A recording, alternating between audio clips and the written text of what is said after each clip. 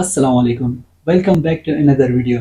जैसा कि पिछली वीडियो में हमने अहमद अली दीवान साहब से cognizance of offence by court जाना, तो इस वीडियो में हम बेल का कॉन्सेप्ट क्या है और मुलजिम का इस पर हक कैसे बनता है। तो मज़ीद वक्त ज़ाया किए बिना चलते हैं वीडियो की तरफ, लेकिन चैनल को सब्सक्राइब करना ना भूलें और वीडियो को शेयर एंड लाइक ज़रूर कीजिए। जब भी किसी मुलजिम को एफआईआर में नॉमिनेट किया जाता है तो उसका एक राइट कानून ने दिया है कि वो जमानत के लिए अप्लाई कर सकता है। अब जमानत का मकसद ये है, माने बेल का मकसद ये है कि वो अथॉरिटीज की कस्टडी से किसी पर्सन के हैंड ओवर किया जाता है इन ल्यू, माने इस बदले में कि वो श्योरिटीज फर्निश करे कॉम्पिटेंट कोर्ट में। वहाँ पर ये अंडरटेकिंग दे कि जब भी कोर्ट इस मुलजिम की हाजिरी वहाँ लाजमी है केस को फेस करने के लिए, तो वो मुलजिम, वो शख्स वहाँ रेगुलर पेश होगा। ये उस श्योरिटी की जिम्मेदारी होती है। तो अब मुलजिम का बेल के लिए अप्लाई करना लाजमी नहीं है कि हर ऑफेंस में मुलजिम को बेल एज अ राइट मिले, एज अ राइट नहीं मिलती, लेकिन तो अप्लाई फॉर अ बेल वो उसका राइट है। अब जैसा कि एफआईआर में वो सेक्शंस हैं जो सीआरपीसी की शेड्यूल 2 के मुताबिक बेलेबल है, उस सिचुएशन में उस बेल उसका राइट है। बेल को उसमें कोई रोक नहीं सकता, चाहे वो पुलिस ऑफिसर को भी पावर है, जिसके लिए सेक्शन है 496 सीआरपीसी। पुलिस ऑफिसर भी बेल दे सकता है।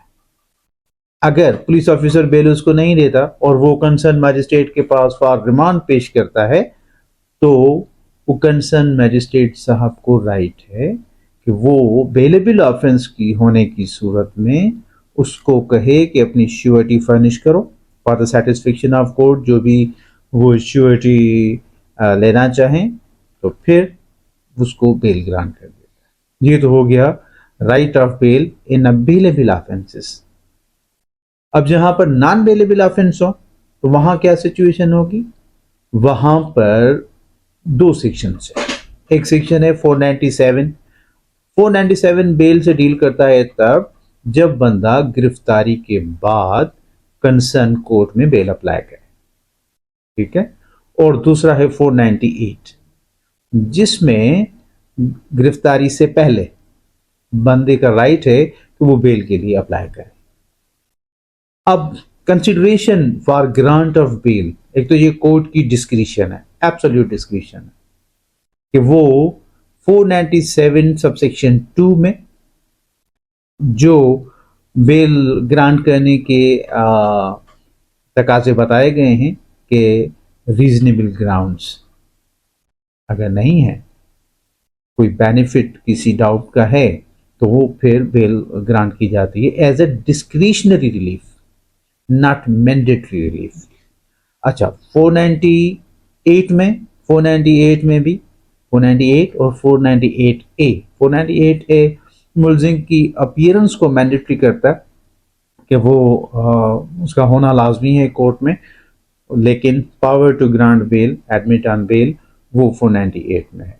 तो उसकी डिटेल तो मैं आपको फिर अलग उसमें बताऊंगा कि उसमें मेन फोकस करते हैं कि कोई मेलाफाइड तो नहीं है, malafide at part of complainant, malafide at the part of police, ताकि किसी इनोसेंट शख्स को, किसी इनोसेंट पर्सन को एक शील्ड की तरह ट्रीट किया जाए, कि उसको शील्ड हो कि उसकी कोई रेपुटेशन को डैमेज ना हो, उससे कोई हैरेसमेंट ना की जाए। तो मेलाफाइड इन द केस वो देखी जाती है, लेकिन उसके साथ साथ मेरिट्स ऑफ द केस को भी डिस्कस किया जाता है। तो ये एक जस्ट इंट्रोडक्शन है कि right to apply for bail वो इस तरह से होता है इन सेक्शंस में। इन सेक्शंस के अलावा कुछ एक दो और सेक्शंस भी हैं जिसमें ट्रांजिट बेल है, जिसमें बेल टू लूनाटिक है, लूनाटिक पर्सन वो है। तो एक एक टॉपिक पे फिर हम तफसीली इसमें बात करेंगे। मेरे ख्याल में आज के लिए ये छोटा सा इंट्रोडक्शन टू बेल मेरे ख्याल में काफ़ी है। फिर दूसरी निशिस में आपको बताऊंगा कि बेल ग्रांट करने के लिए कोर्ट की क्या कंसिडरेशन होती है। ठीक है।